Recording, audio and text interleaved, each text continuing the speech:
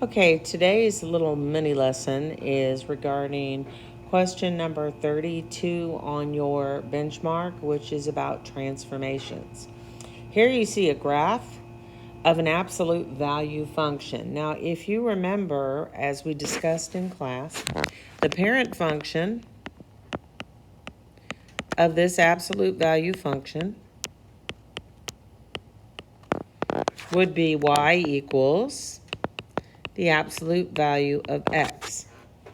Now, when we look at a transformation, everything that is not that absolute value of x is describing a transformation.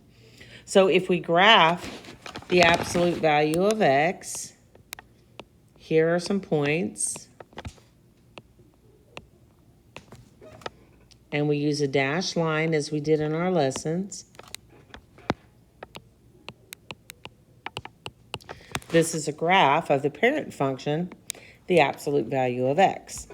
Now, looking at the new graph, we see that it has shifted to the right. Let's see how many. 1, 2, 3, 4.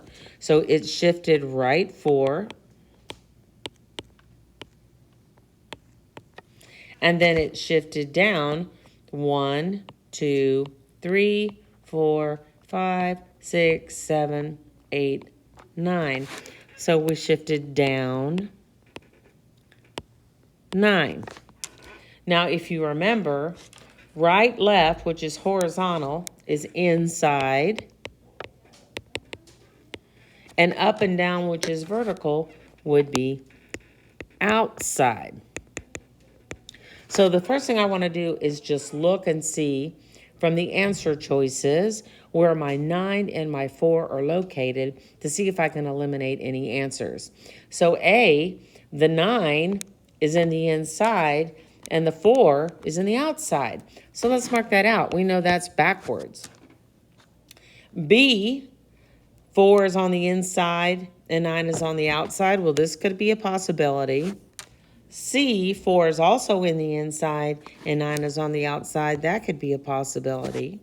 But if we look at D, it's reversed again. 9 is on the inside and 4 is on the outside. So let's mark that out. We can't use that. So now let's go back. Inside, right. We know when it's going to the right, when it's inside, we kind of have to go backwards. If we go to the right 4, we think of plus 4. But when we put it in our function, we have to change the sign. So you're going to see the sign as negative 4. So now look, both of these choices, both B and C, have our negative 4. So now we have to go on to the outside. Our up and down is outside, and it shows exactly the way we think it should show. So if it's going down, we know that it is going in a negative direction. We need to pick the answer choice that has the negative 9. So our correct choice would be B. Now, having gone through all of this, a shortcut would be to put each one of our choices into Desmos one at a time and pick the one that matches the picture of the graph.